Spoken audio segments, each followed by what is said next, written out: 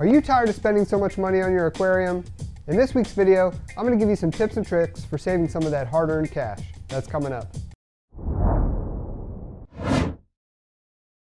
Hey everyone, Steve Poland here, Steve Poland Cichlids, stevepolandcichlids.com.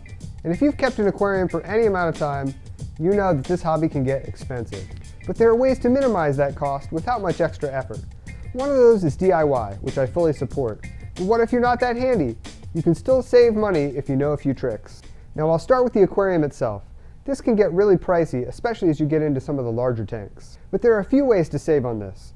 One of the best ways is by checking Craigslist or your local equivalent. You can often find tanks of all shapes and sizes at great prices because unfortunately aquariums simply don't hold their value. You can also find full setups being sold by people who just want out of the hobby for one reason or another. This can include tanks, stands, lights, filters, the whole works. A lot of these tanks are in great shape, but as with anything else, you need to pay attention to what you're buying. You may have to do some cleanup on these used tanks or even reseal them. So if you're uncomfortable with that, you can do what I've done a few times, which is look for someone selling a brand new tank that they just never got around to setting up. Another great way to buy brand new tanks is at the dollar per gallon sales. Now this started with Petco, but now other retailers like PetSmart and Pet Supplies Plus have followed suit. The sizes range from 10 to 55 gallons, so if you're looking for a smaller tank, this is a really good deal. The tanks are typically Aqueon brand, which are really well built.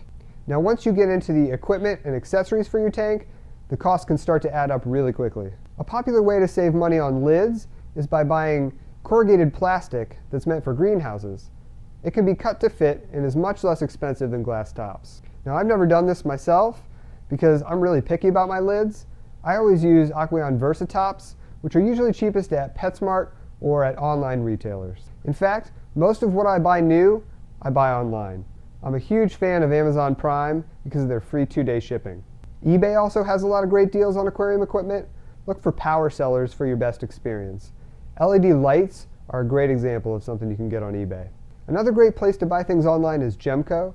If you have multiple tanks or are breeding, they have great deals on things like sponge filters and air pumps. A popular option to save on substrate is to use play sand or pool filter sand. It's just a couple of bucks a bag at Lowe's or Home Depot. Just be sure to rinse it thoroughly first. And if you need rocks, just get them from a local landscaping place. It's going to be way cheaper per pound than at a pet store. I'm talking a fraction of the cost. And for your filter media, I talked about this quite a bit in my video on water clarity, but polyfill is a must-have and it's very cheap. It costs next to nothing. If you don't want to pay a lot for biological media, you can try pot scrubbies from the dollar store. I've also started to use Seachem Safe instead of Seachem Prime because it's much less expensive.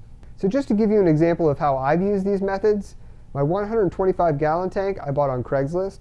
It was brand new and came with brand new glass tops, and I paid probably half of what I would have paid if I'd have bought it at a store. The stand and canopy were also from Craigslist, both custom built from solid wood by different people. All I had to do was paint them black. The filters are all Eheim and were all used. The lights I bought on eBay, and I have a big UV sterilizer that came for free along with the Eheim filters I bought. The heaters were brand new, but I suggest buying all of your heaters brand new. It's one area where saving money just isn't worth it. The consequences of failure are too high. My 90 gallon tank I also bought on Craigslist. It came with a pine stand that looked almost brand new and a Fluval FX5. The matching pine canopy I bought from Amazon as one of its warehouse deals. I've probably paid about a quarter or a third of what I would have paid had I just walked into a store and bought all this stuff. Now at this point you might be thinking, what about the fish? Well, I only have a couple of tips for saving on fish. First is to buy from breeders whenever possible.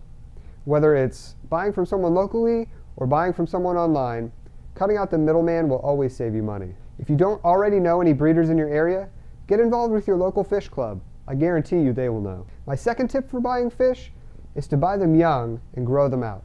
It's much less expensive than buying full-grown fish, and it's a really rewarding experience. I'll include links to some of the stuff that I mentioned in this video down in the description, and I would love to hear from you in the comments below, whether it's thoughts about these tips or if you have some tips of your own that I didn't cover. And if this is your first time here at Steve Poland Cichlids, I would love to have you subscribe, because each week I bring you a new video sharing my experiences in the aquarium hobby. I give updates on my tanks, review products, show you DIY projects, and share tips and tricks to help you take your aquarium to the next level.